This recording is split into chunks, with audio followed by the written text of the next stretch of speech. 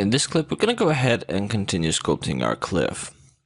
So I went ahead and pretty much polished out the rest of the stone here. And so as you can see right now, it's starting to look a little bit too messy. So I'm going to go ahead now and actually clean it up a little bit before I continue with the detailing.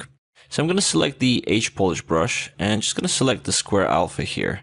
And I'm just going to go ahead and just look for these inconsistencies here.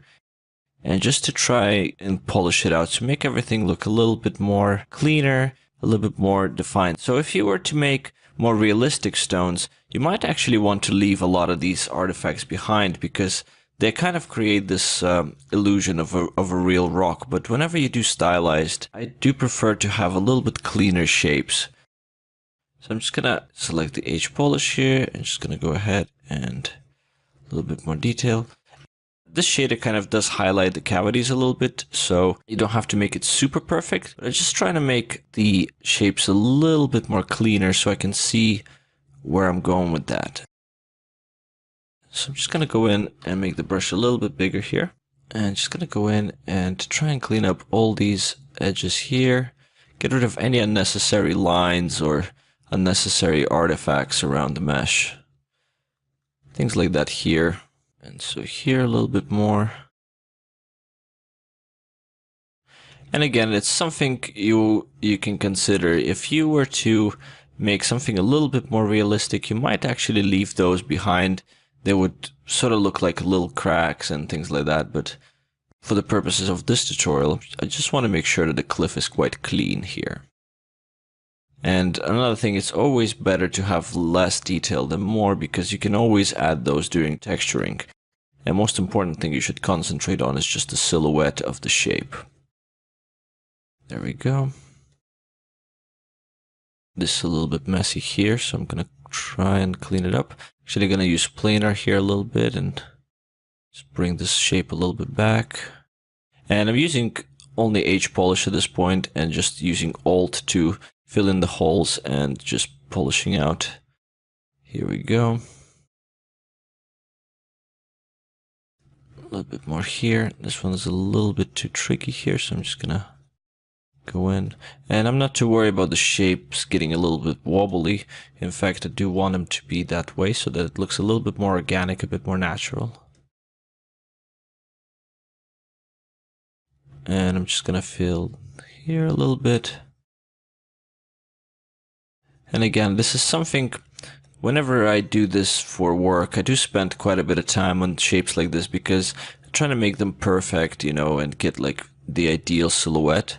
But for the purpose of this tutorial, I just want to make sure that you see the techniques that I'm using and how simple it is to make rocks really. All you need is a couple brushes. A lot of people tend to download a lot of rock brushes, add a lot of noise, things like that, but reality is the stones and rock is more about silhouette and more about the shape than it is about the noise. So using noise is not always the best way. Noise is just basically covers the mistakes, and in real world, of course, rocks do tend to be noisy and the shapes don't really make much sense. But even in real world, you'll notice that stones would have some sort of character to them. They wouldn't be just blobby. They would have bulkier bottoms, you know. And if you notice as well, in real world, stones are not that textured, unless it's a cliff, which we're sculpting here. But, you know, boulders are quite soft and usually have less texture than you might imagine. And for the sake of stylized work, you really want to cut down on the noise, because noise really kind of puts away the whole idea of stylized art. Stylized art is more about shapes and less about textures. There we go. Just gonna clean this up a little bit. I didn't like this shape here, so just want to make sure it's nice.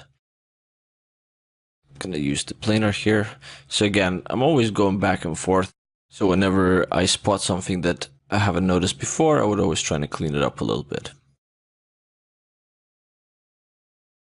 So this is looking pretty good. The reason why I use square alpha is because I don't like H polish by default on the bigger scale because it creates a lot of softness.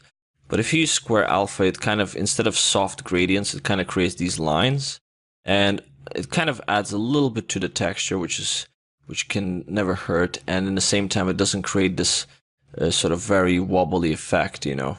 So I tend to use the square alpha on the H polish most of the time, unless it's something small that I need to fix. And again, I like the wobbly lines here, so that's pretty good. And things like that might work. So sometimes you want to have more choppy stones. In that case, you can leave the planar brush strokes, but in this case, I want to make it look a little bit more organic. So I'm just gonna go in and cover these a little bit. So this here is a little bit too hard.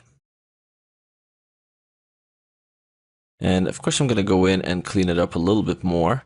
But what I'm going to do now is I'm just going to go in and hold shift and select my smooth valleys brush.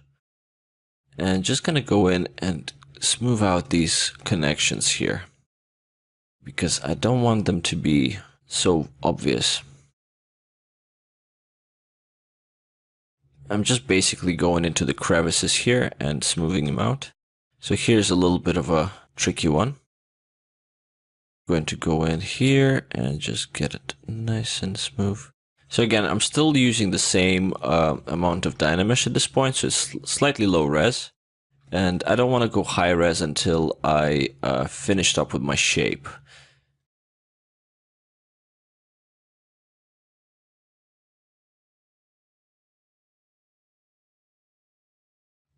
And a little bit more here.